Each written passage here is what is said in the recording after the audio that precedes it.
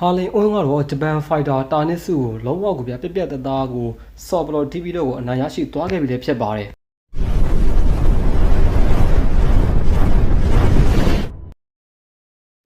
အားလုံးပဲမင်္ဂလာပါဘာမာစပေါ့ကနေပြန်လည်ပြီးတော့ကြိုဆိုပါရစေကျွန်တော်တို့ရဲ့ဒါမြန်မာဖိုက်တာညီငယ်လေးဟာလင်အွန်းကတော့ဒီနေ့ညမှာပဲ1ချန်ပီယံရှစ်မှာဒါရှင်ပြန်ထိုးသက်ပြီးတော့သူ့ရဲ့ပွဲစဉ်ကပြီးဆုံးသွားခဲ့ပြီပြိုင်ပွဲဖိုက်တာကတော့ဒါတာနစ်စုလို့ခေါ်တဲ့ဂျပန်ဖိုက်တာပေါ့လေ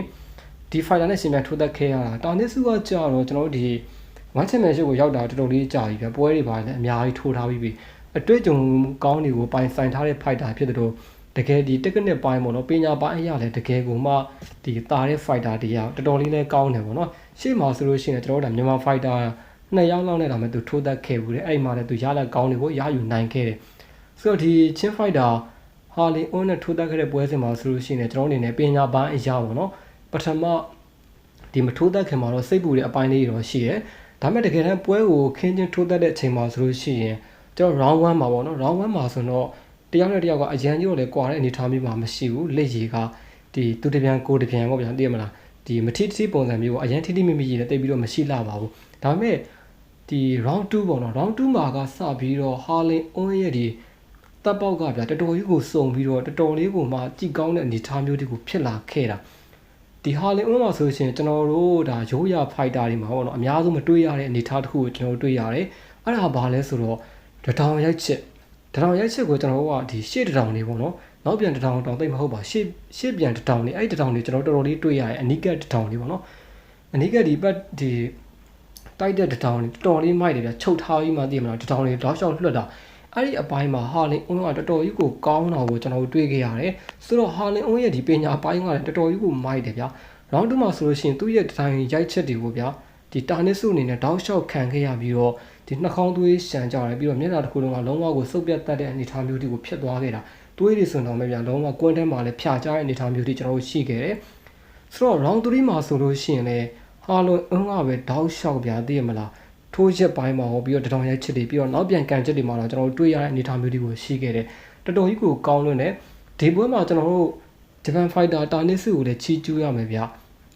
ျဒီသူ့ရဲ့မာဂွန်ပိုင်းပေါ့နော်မာဂွန်ပိုင်းကတော်တော်ကြီးကိုကောင်းတဲ့ fighter တယောက်ပြီးတော့လုံးဝပြိုင်ပွဲကိုဗျာ short မထွက်ဘူးသူတောက်လျှောက်လိုက်ပြီးတော့ထိုးတယ်ပေါ့နော်နှာခေါင်းသွေးတွေတောက်လျှောက်ထွက်တယ်ပြီးတော့ဒီလောက်စုပ်ပြတ်တဲ့အနေအောင်ခံရတိတိုင်အောင်လုံးဝကြမသွားဘူးဗျာသိမလားတက်လုံလုံးဝကြမသွားဘူးပြီးတော့မာတယ်တောက်လျှောက်လိုက်ပြီးတော့ဒီဟာလင်အွန်းကိုပြန်ပြီးတော့ဒါတုံ့ပြန်ထားနိုင်တဲ့အနေအထားမျိုးသူ့ရဲ့ထိုးချက်တွေဆိုလို့ရှိရင်လည်းဟာလင်အွန်းကိုထိရပေါ့နော်အဓိကကို fighter ကမာလို့တာလည်းကျွန်တော်တို့ဒါမကြတဲ့အပိုင်းတွေပေါ့နော်ပြီးတော့ဒီတာနစ်စုလုံးဝကြမသွားတာကြီးကတော်တော်လေးကိုမှအချီးကျူးရမယ်အချက်လို့ပြောရမယ်ဒီဘက်မှာကိုဖိုက်တာကတော်တော်လေးကိုပြီးဆုံးတယ်ပေါ့နော်ပြီးဆုံးတဲ့ပွဲတစ်ပွဲကိုနိုင်သွားတယ်အဓိကကျွန်တော်တို့အလဲမထိုးနိုင်ခဲ့သည့်တိုင်အောင်တကယ်တော့အလဲထိုးနိုင်ခဲ့ရင်ဒီပွဲကဘောနစ်စုကြီးကတေချာဘက်ကိုရမယ်ပွဲစဉ်မျိုးဟိုတကယ်ဒီပွဲသာဗျာသိရမလားနာမည်နည်းနည်းရှိတဲ့ fighter တွေထိုးတတ်တဲ့ပွဲစဉ်ဆိုလို့ရှိရင်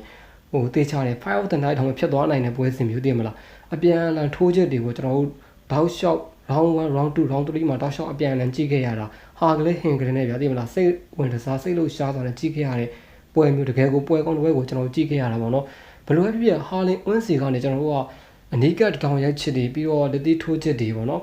ဒီပညာပိုင်းရဆိုလို့ရှိရင်မစိုးလောက်အဲ့ဒီအပိုင်းတွေကိုကျွန်တော်တွေးခဲ့ရတာကြီးကတော်တော်ကြီးကိုမှချီကျူးရမယ်အချက်လို့ပြောရမယ်ဘာဖြစ်လဲဆိုတော့ရိုးရ fighter တွေအများစုကဒ